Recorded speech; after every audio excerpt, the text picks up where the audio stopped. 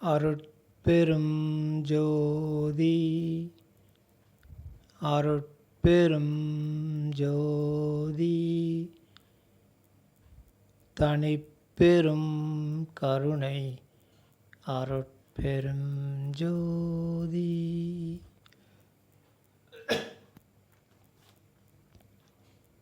இந்த பதிவில் அற்புத புரட்சி என்னும் தலைப்பில்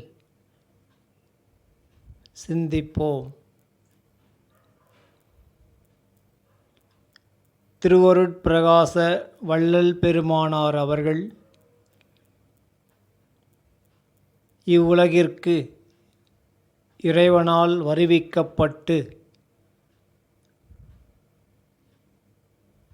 சுத்த சன்மார்க்கம் என்னும் ஒப்பற்ற நெறியை எவ்வுலகிற்கும் பொதுவாக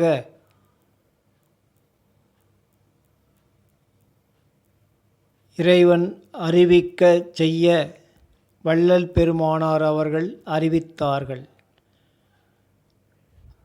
அதுவே அற்புத புரட்சி எனப்படும். இத்தலைப்பு குறித்து என்னுடைய தந்தையார் எழுதி வைத்த விளக்கங்களை அவ்வாறே வாசிக்கின்றேன். அந்த விளக்கமும் எங்களுக்கு குருவாக இருந்த வேலூர் ஐயா என்பவர் அருளிய விளக்கங்கள். அதன் அடிப்படையிலேயே என்னுடைய தந்தையார்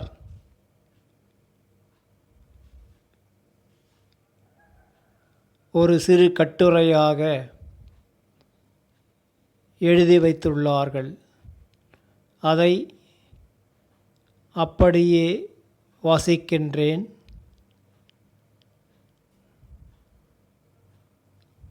வாசிப்பு தொடங்குகின்றது.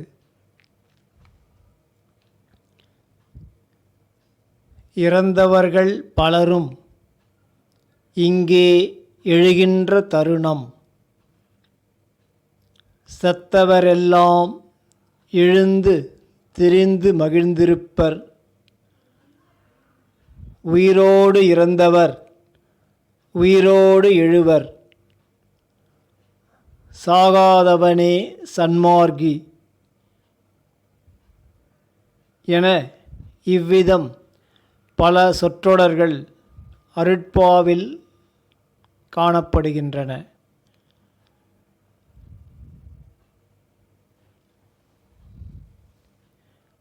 பிறப்பும் இறப்பும் யாவரும் அறிந்ததே. உடலை விட்டு நீங்கிய உயிர், அதாவது இறந்த பின்னர் மீண்டும் வினைக்கு ஈடாக வேறோர் உடலில் பிறக்கின்றது என்பது மறை உண்மை. ஆன்றோர்களும் சான்றோர்களும் கூறும் உண்மையும் அதுவே. இது யூகத்தாலும் அறியக்கூடியதே. அவ்வாறு இருக்க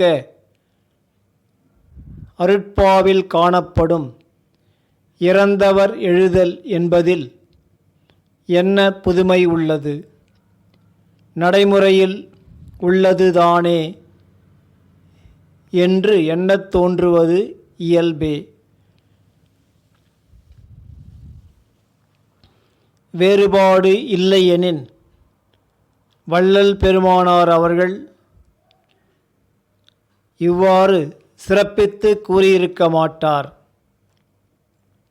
அது என்ன வேறுபாடு எனில்,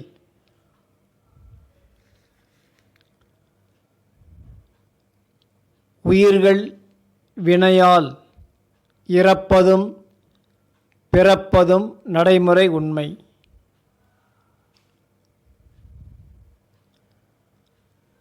ஆனால் வள்ளல் பெருமான் இங்கு குறிப்பிடுவது இங்கே குறிப்பிடும் இரத்தல் என்பது மாயைப் பற்றில் இரத்தல், அதாவது உலகப் பற்றுக்களை விட்டொழிதல்.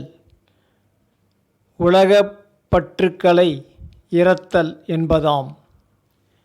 பற்றற்ற இடத்தில் வினைக்கு இடமில்லை.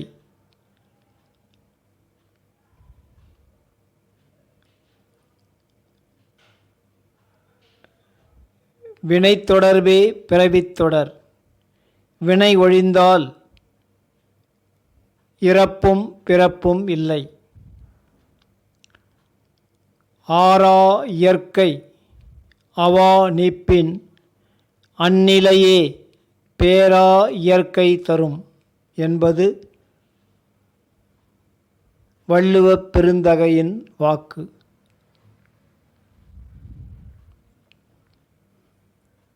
அருட்பாவில் காணப்படும் இறந்தவர் எழுதல் என்பது மாயையில், அதாவது அவா இறந்து அருளில் எழுதல் என்பதாம்.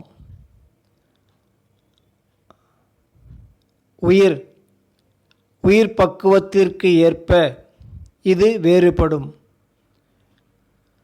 பற்றற்ற உயிர் மாயை உடலை விட்டு பிரிந்து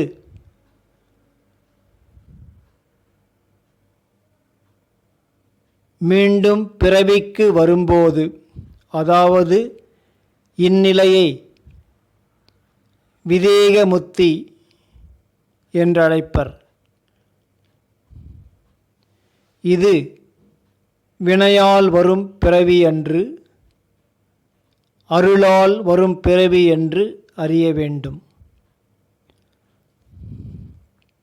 அதாவது அருட்பாவில் காணப்படும் இறந்தவர் எழுதல் என்பது மாயையில் இறந்து அவாவை ஒழித்து அருளில் எழுதல் என்பதாம். இந்நிலையே விதேகமுத்தி எனப்படும்.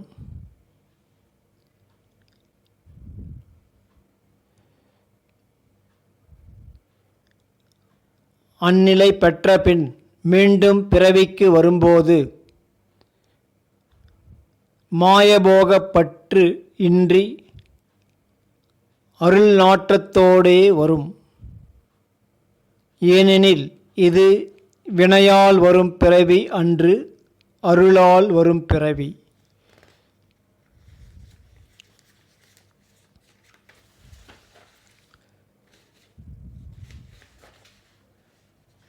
அதனால் அருள்வாழ்வு வாழ்ந்து அருட்செயல் புரியும். உயிரோடு இறந்து உயிரோடு எழுதல் என்பது பக்குவ முதிர்ச்சி. இந்நிலையை பரமுத்தி என்று ஒருவாறு கூறலாம். அதாவது ஒரு பிறவியிலேயே மாயா பற்று ஒழிந்து அருள் அனுக்கிரகத்தோடு அருள்வாழ்வு வாழ்ந்து அருட்செயல் புரிதல் என்பதாம். சாகாதவனே சன்மார்க்கி என்பது இவ்விதம் அருள்வாழ்வு பெற்று இரவா பெருநிலை என்னும் சுத்த சிவ சன்மார்க்க அனுபவ சித்தி பெறுதலாம்.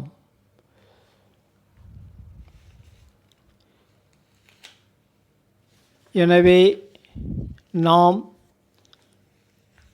திருவருட்பாவில் காணும் இவ்வித சொற்றொடர்களுக்கு உண்மை பொருள் அறிந்தால்தான்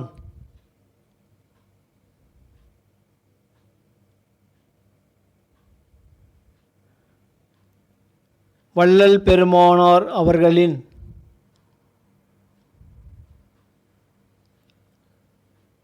உட்பொருளை அறிந்து கொள்ள முடியும்.